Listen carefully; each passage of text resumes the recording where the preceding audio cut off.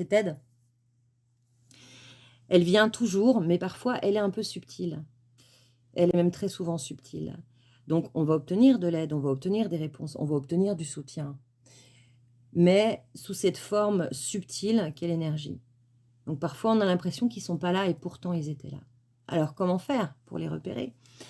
Tout d'abord être...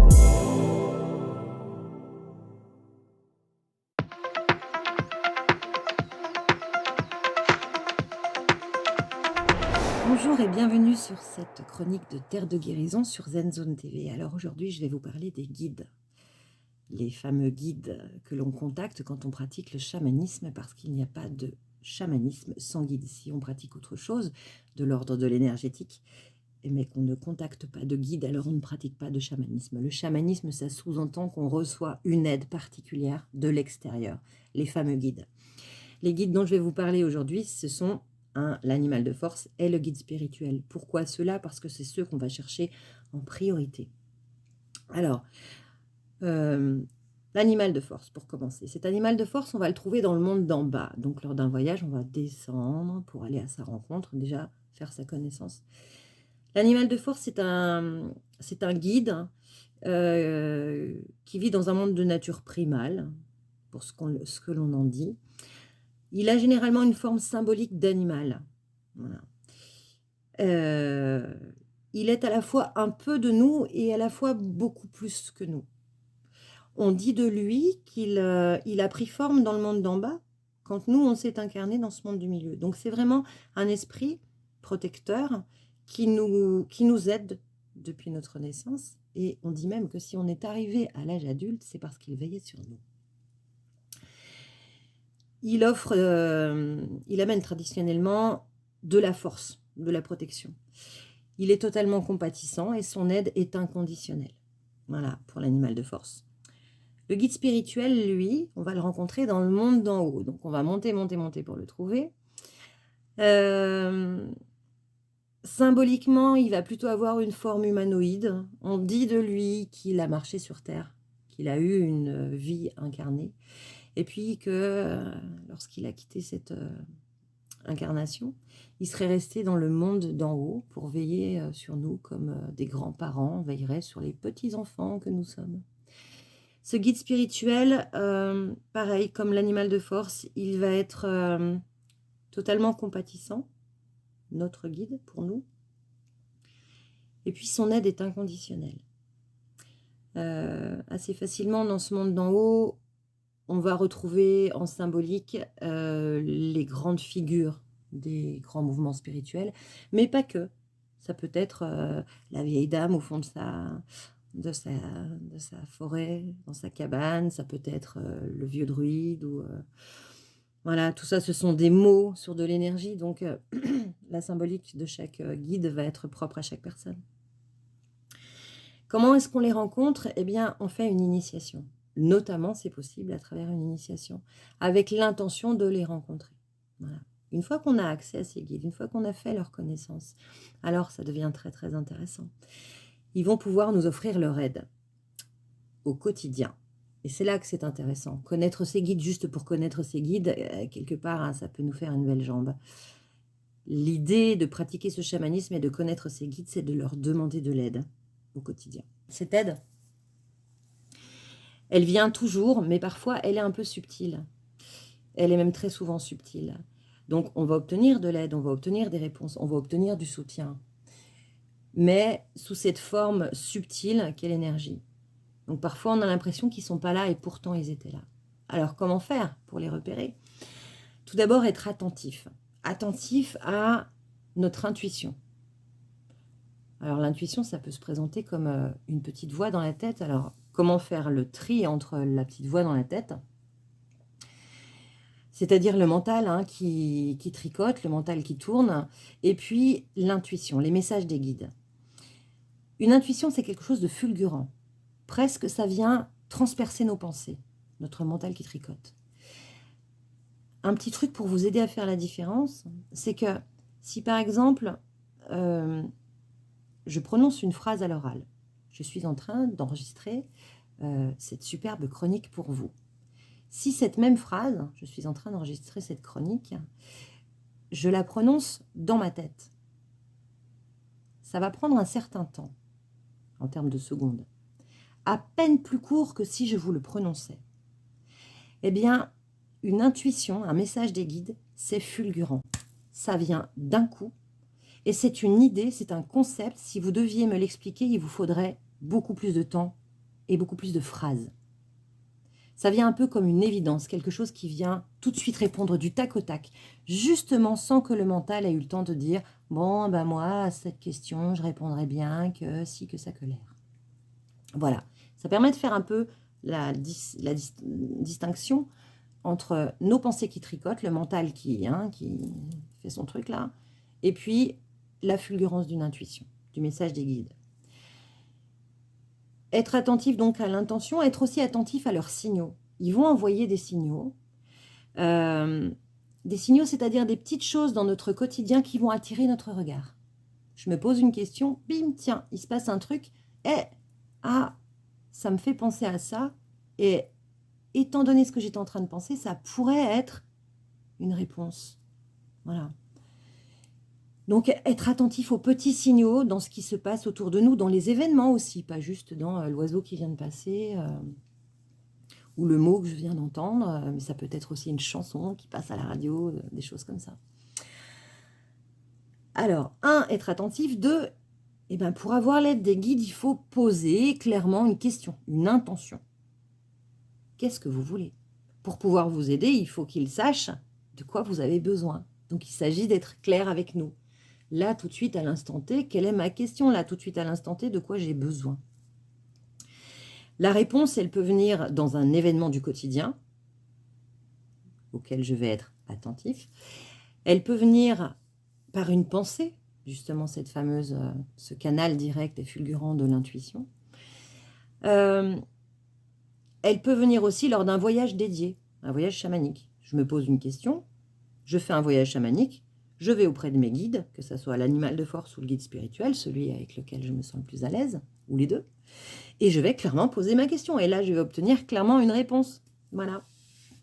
Alors, demander de l'aide, c'est aussi savoir le recevoir. Peut-être que le piège, c'est de se dire, j'ai posé une question, j'attends telle réponse, et mince, ils répondent toujours pas. Ou c'est pas flagrant pour moi, c'est pas évident, donc ça veut dire qu'ils sont pas là. Eh bien non. Ils sont là toujours. La façon dont ça arrive, comme je disais tout à l'heure, elle, par contre, peut être subtile. Alors, je pose ma demande. Cette demande, ça peut être, j'ai besoin, je vais parler par exemple à quelqu'un, et puis, où je vais me présenter à un examen, à un entretien, j'ai peur de manquer de mots, j'ai peur de ne pas trouver les bons mots, j'ai peur de dire des bêtises. Alors, je vais demander par exemple guidance pour trouver les bons mots. Ça peut être, je vis un moment difficile et j'ai besoin de force. J'ai besoin de soutien là. Je vais leur demander cette force et ce soutien. Ça peut être une situation dans laquelle on est fragile, vulnérable et on a besoin de protection. On va leur demander cette protection. Ensuite, l'idée, une fois qu'on a émis notre intention, c'est de se dire et de ne pas douter. Ils sont là. Ils sont juste là avec nous. Même si moi, je ne le détecte pas, eux sont là. Alors, ils veillent en permanence. Je vous donne des exemples. Régulièrement dans mon activité, je suis amenée à faire des salons et dans ces salons, je fais toujours une conférence. Ça me provoque beaucoup de trac, cette conférence. Et puis un jour, je suis dans un salon et j'ai réservé 1 heure de conférence. Comme je sais que je vais avoir le trac, avant de partir à cette conférence, je dis, dans ma tête, je parle à mon guide et je lui dis, est-ce que tu peux être là? Généralement, je vais manquer de salive, il va falloir que je boive un petit coup. Enfin, voilà, je sais que je vais manquer de salive. Ça m'agace toujours parce que je me dis, mince, il pourrait faire en sorte de me fournir la salive qui va faire que la conférence va bien se passer. Bon, je galère toujours au début avec mon trac et la salive. Par contre, un jour, il s'est passé quelque chose où je me suis dit, mais oui, il était là. Pour vous la faire très courte, je commence ma conférence et au bout d'une demi-heure de conférence, je vois la porte s'ouvrir et un groupe rentrer. Il est précédé par une dame. Et tout à ma conférence, je coupe et je leur dis, installez-vous, il y a encore de la place. Et là, la dame me dit, d'un ton assez froid, mais c'est à moi la conférence maintenant, c'est mon temps de conférence. Bon, La situation était pas très, était plutôt malaisante. Et moi, à l'intérieur, je sentais une infinie sérénité. Je sentais que j'étais à ma juste place. C'était mon temps de conférence. J'entendais aussi que cette dame me demandait de partir, de quitter la salle, parce qu'elle estimait que c'était son temps de conférence. D'ordinaire, Véro, tel que je suis, tel que je me connais, je pense que j'aurais, comme on dit, piqué un phare, rougi donc. J'aurais perdu mes moyens, je n'aurais plus les mots, je me serais excusée platement et j'aurais dit à tous ces gens qui étaient venus m'écouter, désolé, j'ai dû me tromper, on se retrouve sur mon stand et j'aurais quitté la salle. Là, non. Là, c'était très clair. J'avais une force en moi, je la sentais. Cette force, elle disait, tu es à ta juste place. Et elle est même allée plus loin. Elle m'a donné les bons mots. Et je m'entends proposer à la dame, écoutez, je suppose que au niveau de l'organisation, il a dû y avoir un couac. Donc, ce que je vous propose, c'est que vous me laissez un quart d'heure et je vous laisse un quart d'heure. Et toutes les deux, nous aurons chacune le temps de... chacune 3 quarts d'heure. Rien que cette gymnastique de calculer le temps que je devais lui laisser pour que ça soit équitable, mais de moi à moi, jamais je n'aurais pu. Prise dans le stress, jamais je n'aurais pu. Là, il n'y avait pas de stress. Tout était simplement juste. J'ai donc terminé ma conférence. Et puis ensuite, un quart d'heure avant, j'ai laissé la place à la dame. Tout ça pour vous dire que j'avais demandé de l'aide à mon guide. Il était là. Alors, il n'a pas été là pour me mettre suffisamment de salive dans la bouche ou m'empêcher d'avoir le trac. Mais il a été là pour que je trouve les bons mots. Et au moment où il était impérieux que je gère correctement la situation, il était là. Cette sérénité, ce calme, c'était lui. C'était subtil, mais il était là. Alors, ils viennent quand on leur demande, ils répondent à nos questions, quand on leur pose des questions claires, et on pose l'espace dédié pour les recevoir, ou qu'on reste attentif à notre intuition. Mais ils peuvent aussi être là en cas d'urgence. Alors ça, je l'ai vécu une fois et c'était assez fulgurant. Je roulais, j'étais suivie par une autre voiture, et puis il y avait un virage qui se présentait. Bon, j'allais bon train, mais tout à fait dans les limites autorisées par la loi. Simplement, ce virage, il contournait une colline et je n'avais pas la vue de l'autre côté. Donc je roule et un peu avant que j'arrive dans le virage, tout d'un coup, je vois le visage de mon guide, mais ça prend toute ma vue. C'est-à-dire pendant un micro-quart de seconde, je ne sais, le temps d'une pensée, je ne voyais plus le paysage. Donc ça m'a fait un flash. Et là, la peur de ce flash-là m'a fait freiner, ralentir. Et après, je m'entends, je me revois pester après mon guide et lui dire « Mais ça va pas d'apparaître comme ça. » Déjà, ça ne m'était jamais arrivé dans la réalité, comme ça, en plein éveil, j'entends, sans être en état modifié de conscience avec mon tambour, ou en voyage, ça ne m'était jamais arrivé. Qu'il vienne à ce point-là perturber quelque part mon quotidien sans que je l'appelle. Et donc, je freine, je continue de rouler sans comprendre pourquoi il a fait ça.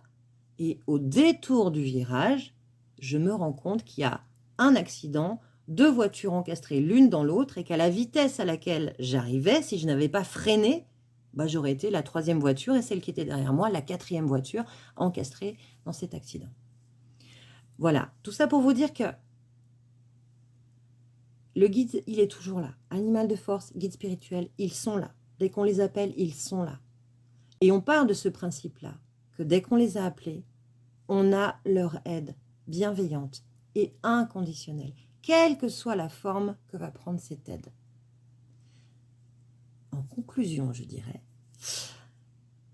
que c'est un merveilleux voyage d'aller rencontrer son animal de force, son guide spirituel, parce que ça nous amène de l'aide au quotidien, dans cette vie-là incarnée. Et c'est pas juste le folklore de pratiquer le chamanisme, c'est de l'aide en permanence, au quotidien, sans condition. En gros, après ça, quand vous connaissez vos guides, vous n'êtes plus jamais seul. Voilà, j'espère que cette chronique vous a plu. Vous pouvez liker, vous pouvez suivre sur ma chaîne, partager. Très belle fin de journée.